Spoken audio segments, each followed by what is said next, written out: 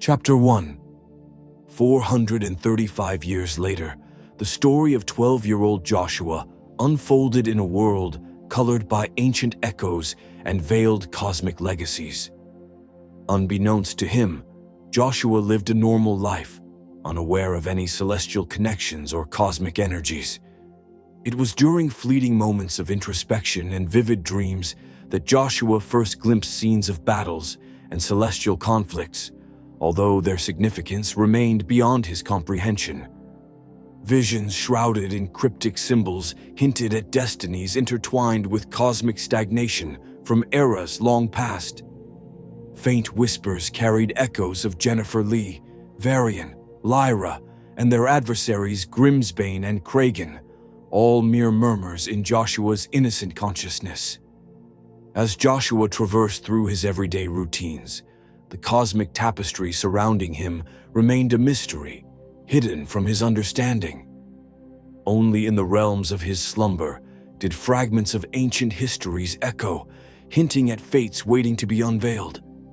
Despite these vivid dreams, Joshua dismissed them as mere figments of his creative mind, oblivious to the profound truths they carried.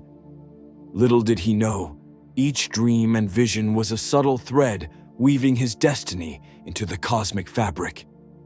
The veil between realms shimmered faintly, whispering of revelations yet to come. Joshua's journey was beginning, drawing him closer to uncovering truths he never knew existed. Each dream, once dismissed as imagination, now held keys to his future. Joshua, still an unwitting observer, remained unaware of the cosmic forces subtly shaping his path towards a destiny intertwined with the eternal clash of opposing cosmic powers. Present day. "Mom! Mom!" Joshua yelled, searching frantically for his mother amidst the towering ancient ruins. "Where am I?" he questioned aloud, his voice echoing softly against the stone walls adorned with faded celestial motifs. "It's so dark, I can't see where I'm walking," he said, his footsteps tentative on the worn stone floors that seemed to stretch endlessly under a ceiling painted to resemble the vast expanse of space speckled with stars. "Hey boy," a voice spoke out. "Huh?" Joshua said. "What's going on?" the voice asked. "I don't know. I just woke up here." "Oh, I see," the voice said in a deep tone. "Well, I'm Remus. Nice to meet you." Hi," Joshua said. "I'm Joshua." "Well, follow me. I'll show you what this place is. Don't worry, you're safe," as Remus emerged from the darkness, tall and radiant, resembling Hercules. "Young man, you came here for a reason. Let me show you the truth," as he led Joshua down a hall. "Joshua! Joshua! Wake up! It's time for school." "Huh?" Joshua woke up, his sister Clarissa towering over him, yelling, "Get up, Joshua! Mom said get up!" Okay, get out of my room. I'll be down in 10 minutes." What was that? Joshua wondered. Another weird dream that felt real. That's the 5th one this week, he realized. Sighing, Joshua shook his head. This was all too much to think about this early in the day, and besides, he needed to get ready. With a groggy voice, he said, "Let me get ready." He walked downstairs. "Hey guys," Clarissa rolled her eyes. "Hey Joshua," said his older brother. "Hey Desmond, could you bring me some food from your job?" asked Joshua. "Sure, bro. I'll see you later," he said as he patted Joshua's head and kissed his mom's forehead. "Bye, Mom." "Bye, Clarissa. See you all later," Desmond says. "Joshua, why have you been sleeping so much recently?" Joshua's mother asked. "I don't know, Mom. Just tired," Joshua replied automatically, his mind half in the present and half in the vivid dreams that he is having at nights. Dreams so lifelike he sometimes questioned their reality, wondering if they were more than mere figments of imagination. As Joshua tied his shoes, his thoughts wandered back to the dream world he couldn't shake off. The strange place I was in, the dim lighting that felt more real than reality itself. It was all so vivid. But what troubled him most was the presence of Remus, the tall figure with a voice that resonated deep within him. Was it possible that dreams held truths beyond the waking world? Or was it just his mind playing tricks on him, he thought. "Well, are you excited? It's your birthday in a few days. You're gonna be 12. You're getting so big," Joshua's mother said. "And ugly," snickers Clarissa. "Quiet down, you two. Come with me. I want your help in the garden before school," their mother said. "Ugh," they both said. "Okay, come on, get your stuff, and let's go," as they grabbed their backpacks. Every time I see my mother's garden, I think, wow, so pretty. She's so proud of her big yellow sunflowers. She loved sunflowers. We helped her, and she dropped us off at school. "Love you guys, I'll see you later," she yells as she drops us off. "Yo, Joshua," Darren called out excitedly as they entered the school gates. "What's up, man? How was your weekend?" Joshua, adjusting his backpack, replied with a tired grin. "Nothing much, just slept." "Really? That sounds boring," Darren remarked with a playful nudge. "Yeah, kinda," Joshua agreed with a chuckle. "What about you? How was your weekend?" "We went hiking with my mom and dad," Darren shared animatedly. "It was cool, but Mom wouldn't let me play my game." "Did you get your homework done?" Darren asked curiously as they headed to their lockers. Joshua's expression dimmed slightly. "No, I didn't manage to finish it," he admitted sheepishly, glancing around to see if anyone was listening. "Can I copy yours?" asked Joshua. "Dude, come on, you gotta do your own work," Darren protested with a grin, playfully pretending to shield his papers. Joshua rolled his eyes but couldn't help smiling. "Okay, fine. Here you go," Darren relented, handing over his homework with a whispered urgency. "Hurry up before the teacher sees us."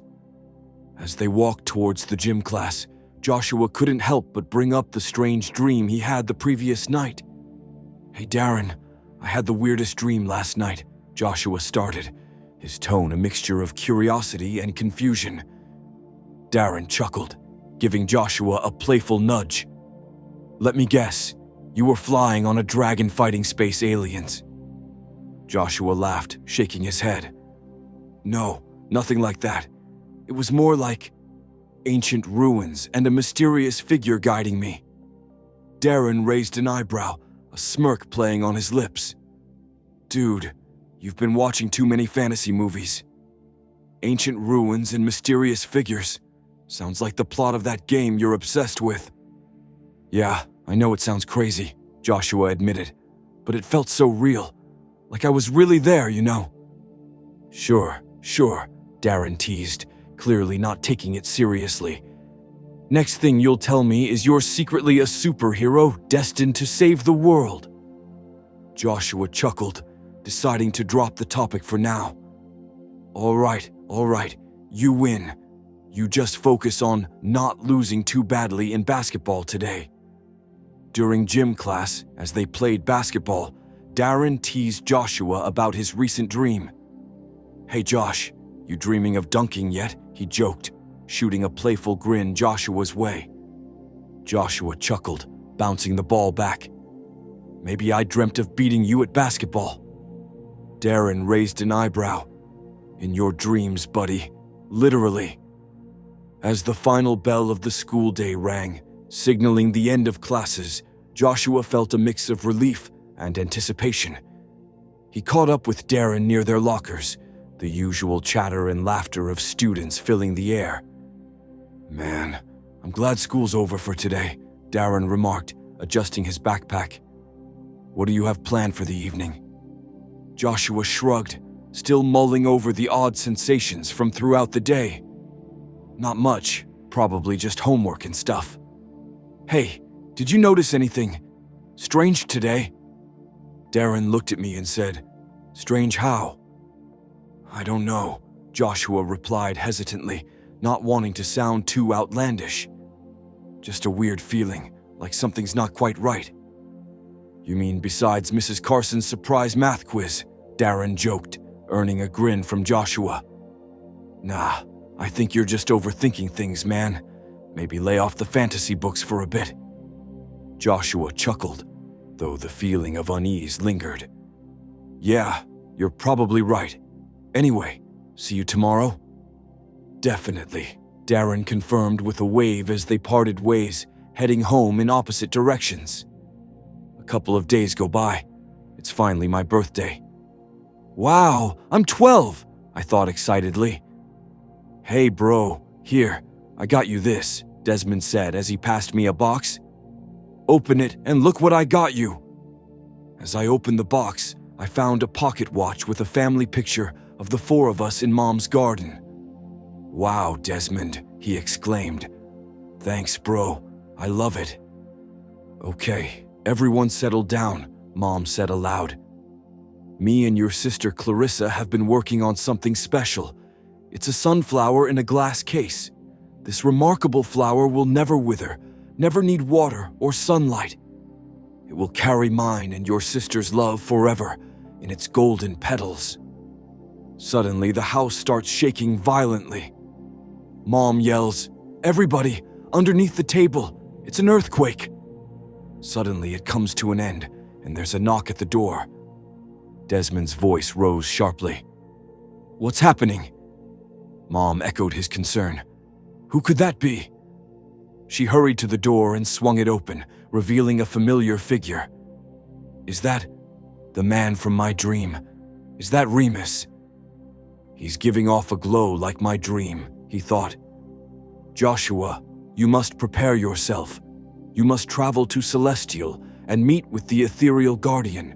You are the child of prophecy, foretold in fragments of etched in starlight." As the man in my dream walked forward and said, "What are you talking about, weirdo?" screamed Clarissa. Desmond walked up to him. "Who are you? How do you know my brother's name? What are you doing here?" "So this is the family of the prophecy's child of starlight," said Remus. "Young man, you must understand. Your brother's role is bigger than you could ever imagine in the cosmos." "What does that even mean?" yelled Desmond. "Mother of Joshua," said Remus. "Have you not felt the pressure your son gives off? Have you not felt that your son wasn't alone? This boy's father is the pride of my people, the Underking of Celestial. Surely you knew this." As I sat there in shock, Joshua thought, "I have a different father." "What's going on, Mom?" said Joshua. My brother, mad, yelled, "No, sir. You need to leave now. We're not living in some video game. This is real life." In that moment, Remus placed his hand on Desmond's shoulder. A subtle glow shimmered around them, and Desmond's eyes widened briefly as he glimpsed a fragment of Joshua's future and the path paved with stardust. Remus's touch seemed to carry more than physical reassurance. It held an unseen magic that momentarily unveiled the path Joshua was destined to walk. "Little bro, I love you," Desmond's voice broke through the fleeting vision, filled with warmth and brotherly affection. His gaze lingered on Joshua, the unspoken bond of siblings communicating volumes in a single look. With purposeful steps, Desmond returned to the table, his posture conveying a newfound understanding, though the questions stirred by the encounter with Remus still lingered in the air, awaiting the right moment to be unraveled. My mother looked back at me. "Joshua, after today, we probably won't see you for a while, but before you leave, I will tell you everything." Clarissa got up. "What's going on? Like, what are you even talking about? We probably won't see him." She questions. "Mom, tell her to calm down," I said. Clarissa yelled, "No, this is so dumb. Like, none of this is making sense." She walked upstairs, and Desmond sat there with tears in his eyes, both of them confused. "Mom," I looked at her, "give me 1 minute with him." "Okay, take your time. Barry of the King's Kin. Joshua, come with me. Desmond, go get your sister and meet us in the garden." As we made our way to the garden, she began to share her story. "Joshua, I met your father 13 years ago. He was unlike anyone I had ever met before, radiant, strong, with a sense of composure I'd never seen. I fell in love with him after your sister and brother's father, and I split up. He filled that void. Everything was normal until you were born. Desmond and Clarissa remained unaware because they were too young, and I didn't want to introduce another man into his life so suddenly. But something happened. He began speaking about stars and celestial light. All I can recall are these mysterious dark entities with strange appendages. They attempted to capture you, but he intervened to protect you. As the final one caught him from behind, there was an eruption of light that consumed the shadow, reminiscent of a vibrant yellow sunflower in bloom. From that light emerged a group of soldiers, appearing seemingly out of thin air. He spoke of his essence returning. When you reached the age of 12, I never understood, but I'm getting it now. You must go with this man. Hopefully you can meet your real father, and whatever your destiny will be, it will be great. But I can't hold you back. You play a bigger role in the stars." As Remus walked to the back, we were all crying. "It's time, boy. We must go. The luminescence of darkness, I can feel it. We must make sure your family is safe, and that's for you not to be here with them." As I said my farewell, my brother said, "Bring me something back, like I used to ask him all the time." I gave them all hugs as Remus conjured up a portal. We walked through to a big palace. The ceilings looked like nighttime when gazing at the stars. "It's beautiful here," I thought. "Step inside, young one," Remus beckoned, swinging open a massive door that revealed a city aglow with golden radiance. "Welcome to Celestia," he declared, his voice carrying the weight of ages and wonder.